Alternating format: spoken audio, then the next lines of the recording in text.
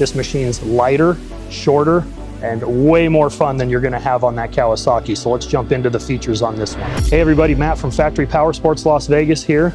Wanted to introduce you guys to the new 2024 Yamaha SuperJet. This thing is a legend in the watercraft world, as many of you know. I wanna point out a few of the key highlights on this ski and show you guys why this thing is the best stand-up watercraft on the market right now. The key specs on this watercraft versus its competition, the Kawasaki SXR. This machine's lighter, shorter, and way more fun than you're gonna have on that Kawasaki. So let's jump into the features on this one. If any of you have ever ridden a stand-up before, you know how much fun these things are. And the SuperJet has undergone some changes from the previous two-stroke version. Now it's a four-stroke. It utilizes the Yamaha TR1 1049cc four-stroke motor, non-supercharged, so it's good for about 100 horsepower. But some of the key things that separate this thing aside from the Kawasaki SXR, it's 142 pounds lighter, which is massive when you're talking about handling the nimbleness and just the amount of fun that you're gonna have on this ski. It's also 8.8 inches shorter.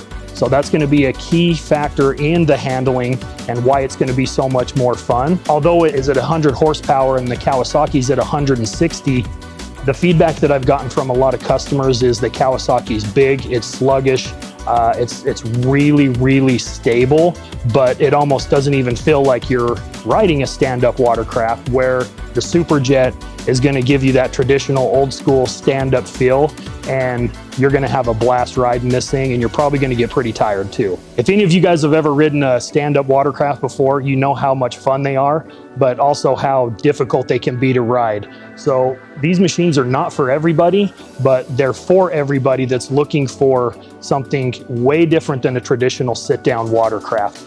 These things are gonna give you a workout. You're going to have tired arms, tired legs after about 30 minutes of riding this thing, unless you're in extremely good shape. But that's what the fun is with a stand-up watercraft. Totally different style. You have to use a lot of body English to get this thing to maneuver, but that's what makes it so much fun. It's one of my personal favorites when you're in the water, just because it's very challenging. A lot of people ask me, you know, what is it compared to? Probably the closest thing I can compare it to is it's almost like riding a snowmobile, but you're in the water. So you got to kind of keep your speed up, and you really got to move your body around to keep this thing moving. But I can tell you, you'll never have more fun on the water than you will on a stand-up watercraft. One thing I want to point out on your handlebars, they are actually adjustable. So you can move these forward in 3 different positions to suit a different variety of riders. And fun little fact about the SuperJet, this is the only Yamaha watercraft that is still made in Japan, which is kind of fun. So let's open this thing up and show you guys what's inside. This is our power plant for the 2024 SuperJet. This is the Yamaha TR1 motor. It's been around for a while. It's a very light, compact 3-cylinder 4-stroke, fuel injected, of course, and this thing is a ton of fun. It's small, it makes a lot of horsepower, and it is the heart of the SuperJet. There's not a lot of features on these machines. These things are performance machines, and you don't get a lot of creature comforts on it because it's meant to be ridden aggressively and just go have fun on. So we've already showed you the motor. We've showed you the adjustable handlebars. Cool thing about the pull system on the handlebars, Yamaha's got a few accessories for this. They make a stereo that clamps on here, which is a lot of fun if you like to listen to music while you're out riding. They've also got a storage bag that you can put right here in the footwell, so you can keep some of your stuff dry if you want to take a few things with you while you're out riding.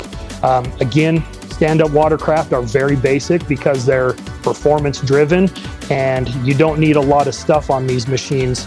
You just need to go have fun.